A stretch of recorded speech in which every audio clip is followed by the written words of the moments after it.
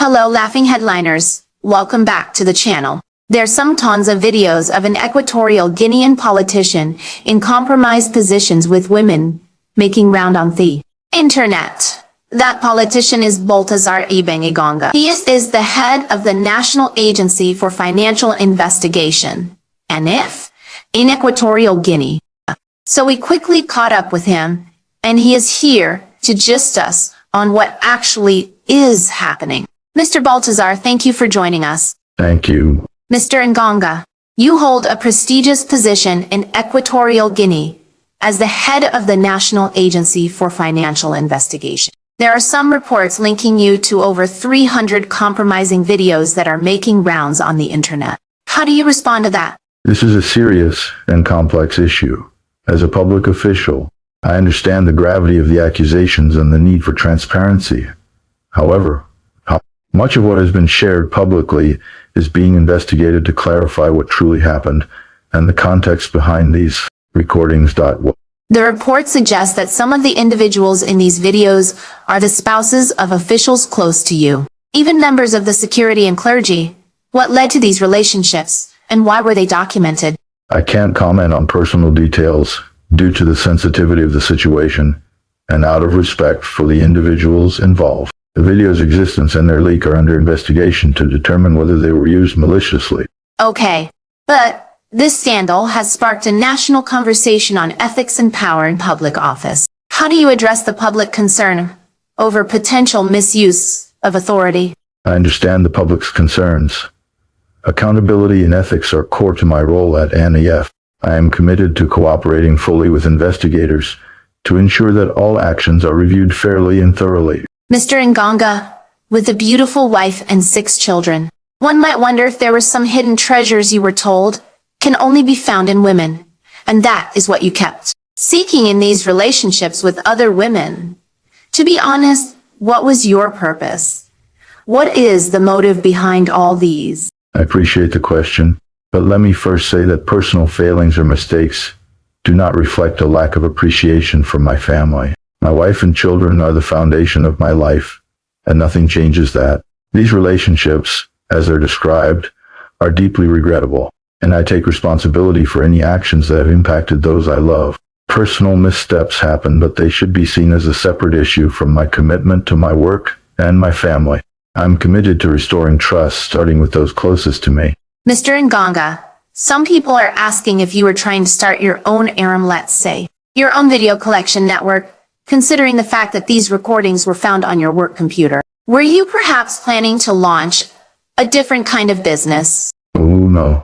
I can assure you that no, I was not aiming to establish any kind of alternative video platform. This was certainly not a business venture. The videos found on my computer were not intended for distribution, nor do they represent any professional goals I have. In hindsight, I recognize that allowing such materials to exist on my work computer was not only unwise, but also unprofessional. My focus moving forward is on addressing this situation with integrity and doing what I can to restore the public's trust in my role. So with all these encounters behind you, I'm curious, when you go home and see your wife and children, how do you feel about yourself? How do you feel after each encounter with all these women, and you go home, see your wife and children? That's a difficult question, and it's one I think about every day. When I see my family, I feel a mixture of love, regret, and responsibility. No one wants to hurt the people they love, and I am no exception. My wife and children mean everything to me. These mistakes have come with heavy consequences, and they've taught me painful but necessary lessons. Now, my focus is on repairing the damage, not just to my reputation, but to the trust of my family. That's not an easy path, but it's one I'm committed to walking. I want my children to see their father as someone who learned from his mistakes and worked to make things right. It really baffles me to think that, with all the pressure we all are feeling, and the lack of time to even take care of ourselves, how are we able to keep up with the over 300 women? To be honest, I wouldn't recommend trying to keep up with that many people. It's an overwhelming task, and it's led to nothing but complications in my life.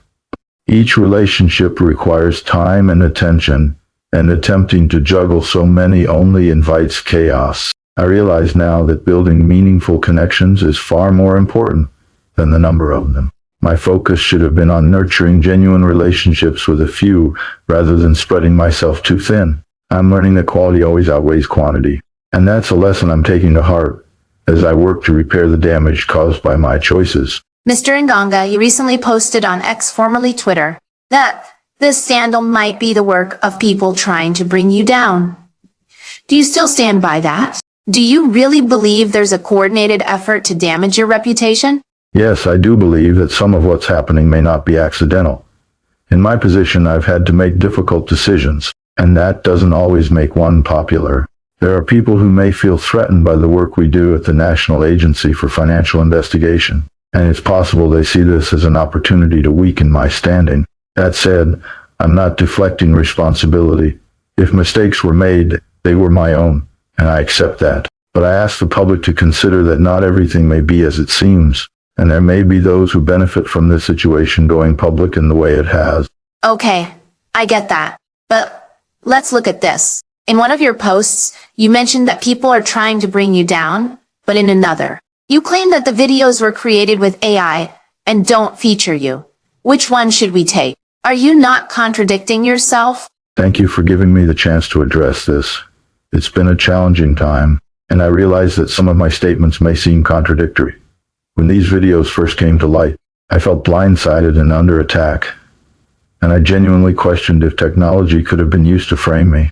We've all seen how AI can create realistic but entirely fake images and videos, so I wanted to leave no stone unturned. However, I recognize that this is not about blame or deflection. My primary goal is transparency and working with the authorities to determine the authenticity of these videos. If they are, in fact, real, then I will take full responsibility for my actions and the impact on my family and my work. I ask for patience as the investigation continues. There are reports that one of the women involved in these videos has taken her own life due to public shame. Such heartbreaking it is. Have you heard it? This news, if true, is profoundly tragic, and it's something that weighs heavily on me. No one should ever feel so isolated or overwhelmed by public scrutiny that they feel such despair. I am deeply saddened by this, and my heart goes out to her family and loved ones. But this could be an isolated incident, not necessarily linked to what is making waves on the internet.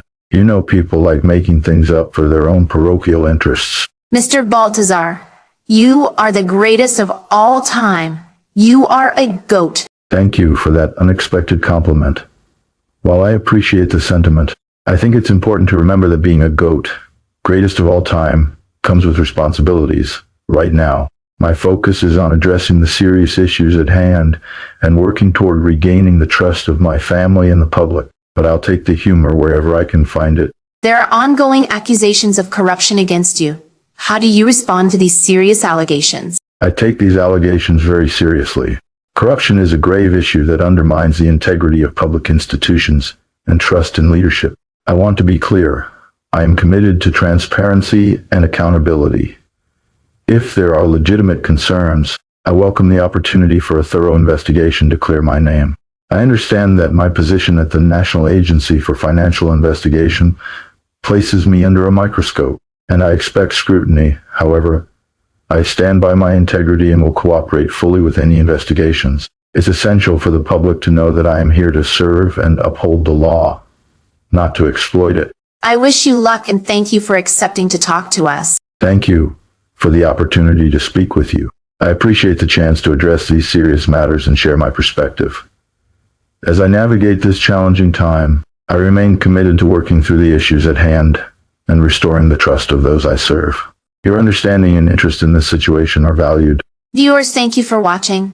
Kindly like, share, and subscribe to the channel. Until I come again your way the next time, take good care of yourselves.